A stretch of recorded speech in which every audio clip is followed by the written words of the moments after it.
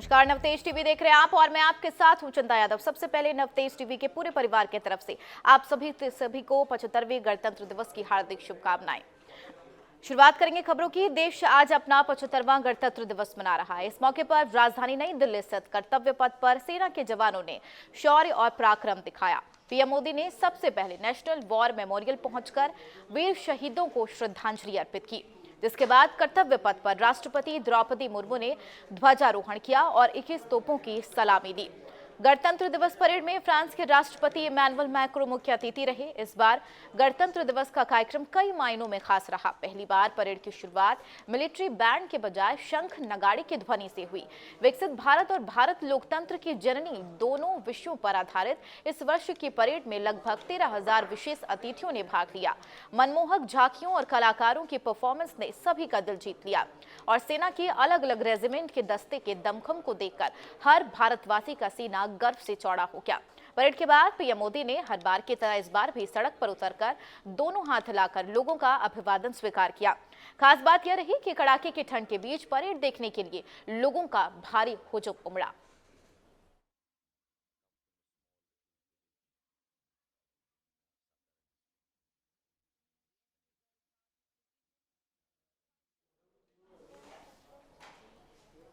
गणतंत्र दिवस के मौके पर राजस्थान के राज्यपाल कलराज मिश्र ने 75वें गणतंत्र दिवस पर राजभवन में राष्ट्रीय ध्वज फहराया। इस मौके पर उन्हें परेड ने सलामी दी। बाद में उन्होंने परेड का निरीक्षण किया। राज्यपाल ने सभी को गणतंत्र दिवस की शुभकामनाएं देते हुए राष्ट्र के सर्वांगीण विकास में सभी की सहभागिता का आह्वान किया। उन्होंने राजभवन राजकीय विद्यालय के बालक बालिकाओं को भारतीय संविधान के प्रति भेंट की। इस मौके पर राज्यपाल के प्रमुख सचिव सुबीर कुमार और प्रमुख विशेषाधिकार समेत बड़ी संख्या में अधिकारी और कर्मचारी उपस्थित रहे।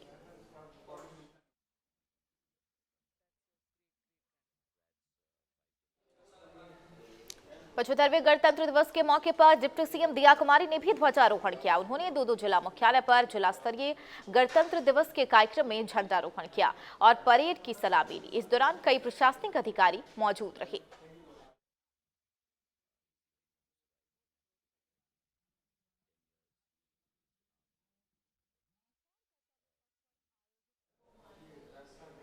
पूरे देश में 75वां गणतंत्र दिवस बड़े ही हर्षोल्लास के साथ मनाया जा रहा है।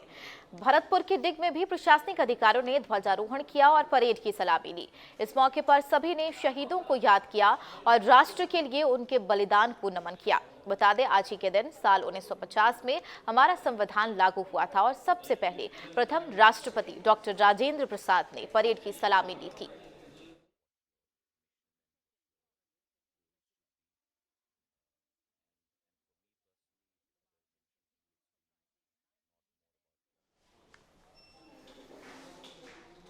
उधर अलवर के इंदिरा गांधी स्टेडियम में गणतंत्र दिवस समारोह मनाया गया। वन मंत्री संजय शर्मा ने ध्वजारोहण किया और परेड की सलामी ली और वीर शहीदों को याद करते हुए नमन किया।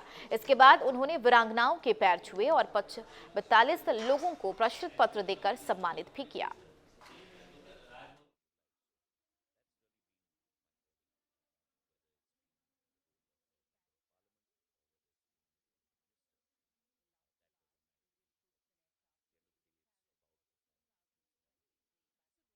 इंदिरा गांधी स्टेडियम में गणतंत्र दिवस मनाया गया और ये तस्वीरें आप देख सकते हैं टीवी स्क्रीन पर किस तरीके से बच्चों ने रंगारंग कार्यक्रम की प्रस्तुतियां दी। सांस्कृतिक कार्यक्रम वहां पर किए गए और वीरांगनाओं के पैर भी छुए। उसके बाद उन्हें प्रशस्ति पत्र देकर सम्मानित किया गया है और ये पूरा आयोजन इंदिरा गांधी स्टेडियम में किया गया।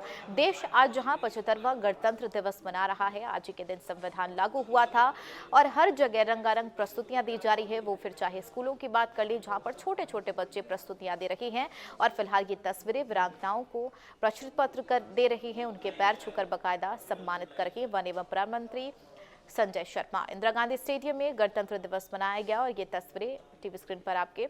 उससे पहले रंगारंग कार्यक्रम की प्रस्तुतियां भी दी गई, जहां पर तमाम बच्चों ने इस कार्यक्रम में हिस्सा लिया, भाग लिया और अपनी अपनी प्रस्तुतियां दी है। वो फिर चाहे तमाम खेलों का जिक्र कर ले या फिर नृत्य की बात कर ले, गानों का जिक्र कर ले, तमाम तरीके की अपनी अपनी कला बिखेरी है।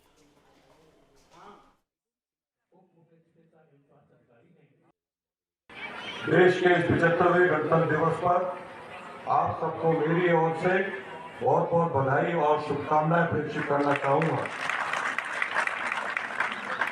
और जिस प्रकार से 1947 में देश की आजादी के बाद एक महती आवश्यकता थी कि हमको हमारे मौलिक अधिकार मिले।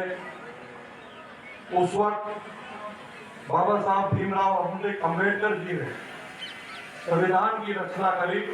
बाबा साहब भीमराव अम्बेडकर जी को, वीर सावरकर जी को, शहीद आजम भगत सिंह जी को, चंद्रशेखर आजाद जी को, हमारी झांसी वाली रानी आदरणीय लक्ष्मीबाई को, मंगल पांडे जी को और उन शहीदों को, उन क्रांतिकारियों को सादर नमन करना चाहूंगा।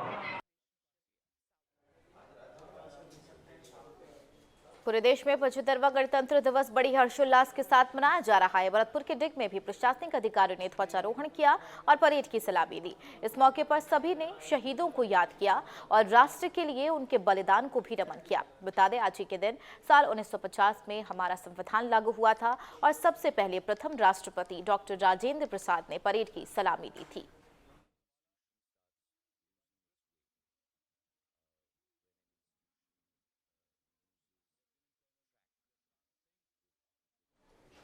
आज पूरा देश 75वां गणतंत्र दिवस मना रहा है। राजस्थान में भी अलग अलग जिलों में सुबह से ही ध्वजारोहण के कार्यक्रम शुरू हो गए। जिला स्तरीय गणतंत्र दिवस समारोह पुलिस परेड ग्राउंड में आयोजित किया गया, जिसमें ऊर्जा मंत्री हीरालाल नाकर पहुंचे और ध्वजारोहण किया। इस दौरान जिला कलेक्टर अक्षय गुदारा, पुलिस अधीक्षक जय यादव, विधायक हरमोहन शर्मा और जिला प्रमुख चंद्रावती कंवर समेत तमाम लोग मौजूद रहे।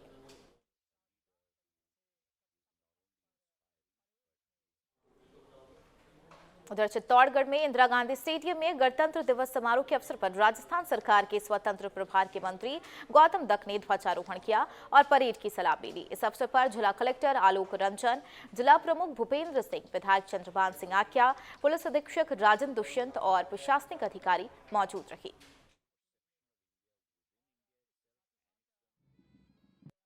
मैं सभी चित्तौड़ वासियों को 75वें गणतंत्र दिवस की बहुत बहुत शुभकामना देता हूँ।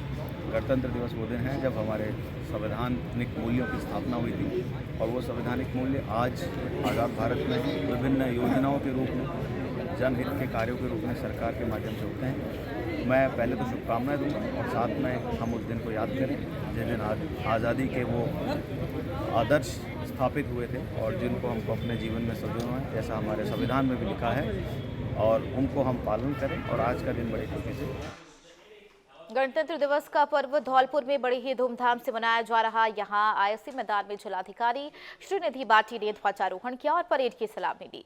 इस दौरान धौलपुर विधायक शोभा रानी कुशवाहा, सभापति खुशबू सिंह सहित एसपी मनोज कुमार, सीईओ जिला परिषद सुदर्शन तोमर सहित बड़ी संख्या में अधिकारी और कर्मचारी मौजूद रहे।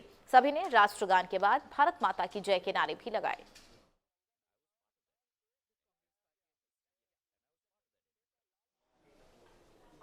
जयपुर के जिला कलेक्टर में गणतंत्र दिवस समारोह मनाया गया। जिला कलेक्टर प्रकाश राज पुरोहित ने झंडारोहण किया और अमर शहीदों को याद किया। इस दौरान डीएम प्रकाश राज पुरोहित ने मूल कर्तव्य का पालन किया। इस अवसर पर अतिरिक्त जिला कलेक्टर दिनेश कुमार शर्मा सहित अन्य अधिकारियों ने शिरकत भी की।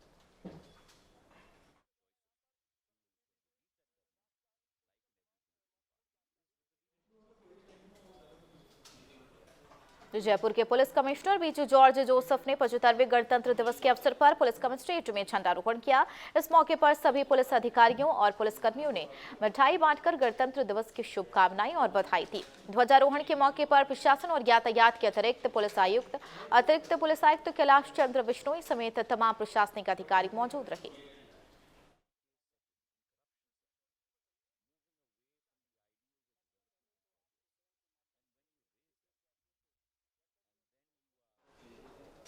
उधर झालावाड़ में 75वें गणतंत्र दिवस के जिला स्तरीय समारोह का police parade ground GMM stadium में आयोजन हुआ है, जहां जिला कलेक्टर अजय सिंह राठौड़ ने ध्वजारोहण कर तिरंगे को सलामी दी। इसके बाद डीएम ने परेड का निरीक्षण किया और बाद में police, home guard, NCC scouts guide, civil defence के कैडेट्स ने मार्च पास्ट किया। गणतंत्र दिवस समारोह के मुख्य अतिथि सांसद दुष्यंत सिंह मौजूद रहे। इस मौके पर डीएम अजय सिंह राठौड़ ने 45 प्रतिभाओं को प्रशंसा पत्र देकर सम्मानित किया।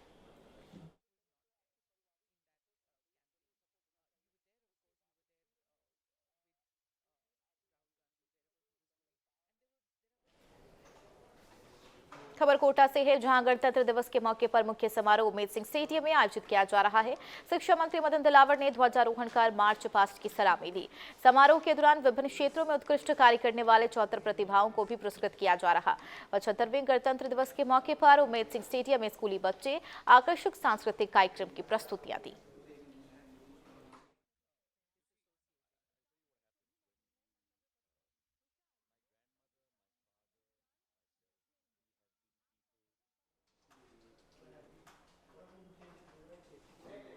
पूरा देश आज धूमधाम से 75वां गणतंत्र दिवस मना रहा है। गणतंत्र दिवस के मौके पर पीएम ने देशवासियों को शुभकामनाएं दी। इस बार गणतंत्र दिवस की थीम विकसित भारत और नारी शक्ति रखी गई।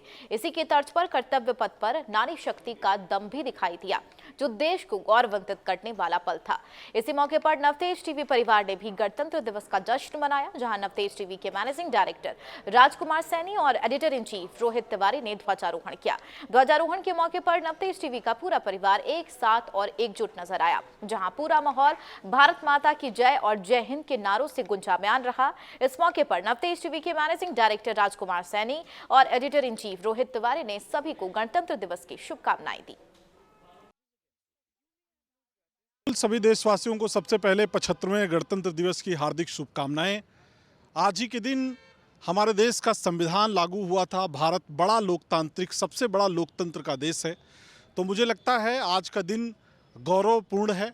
और इस गौरवपूर्ण लोकतांत्रिक व्यवस्था में जितने भी देश के 140 करोड़ लोग हैं, सबको आज खुलकर जश्न मनाने की आवश्यकता है, क्योंकि कहीं ना कहीं लोकतंत्र में आप जब रहते हैं तो अपनी आवाज़ को मजबूत कर सकते हैं। आज मीडिया भी लोकतंत्र की वजह से अपनी आवाज़ को मजबूत करते हुए एक चौथा स्तंभ कहलाता है।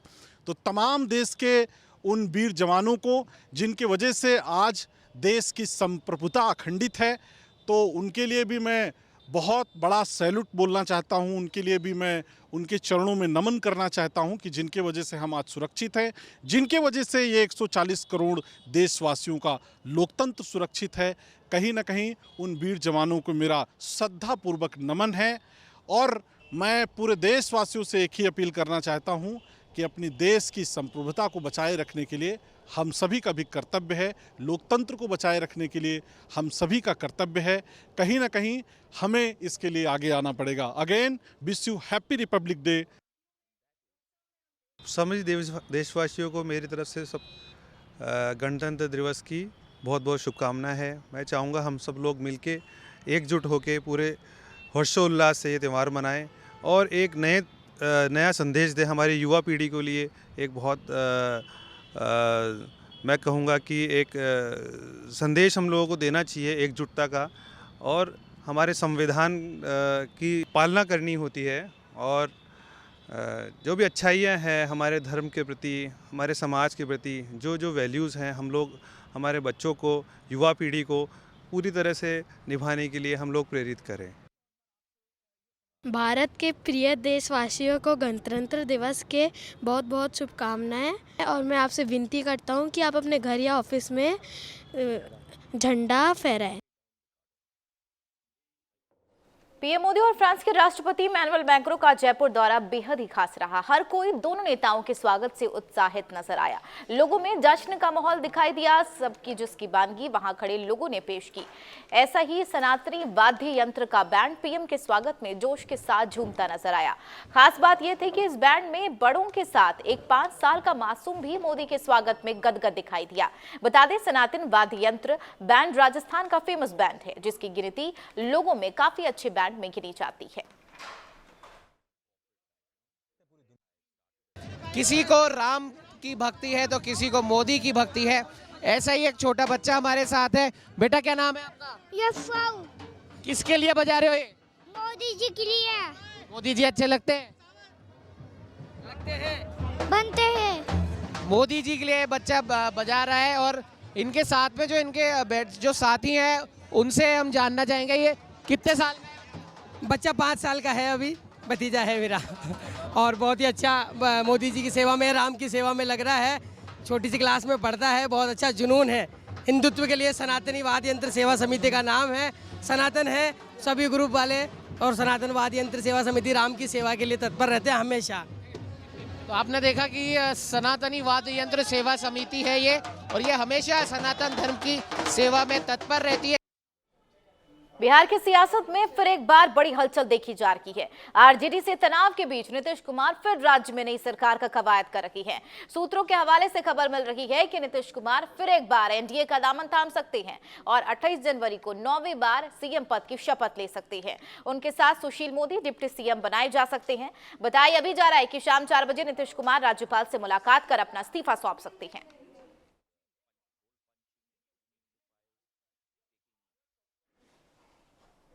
चलिए, बुलेटिन में फिलहाल मेरे साथ इतना ही। बाकी देश दुनिया की और भी खबरों के लिए बने रहिए नवतेज टीवी के साथ। नमस्कार।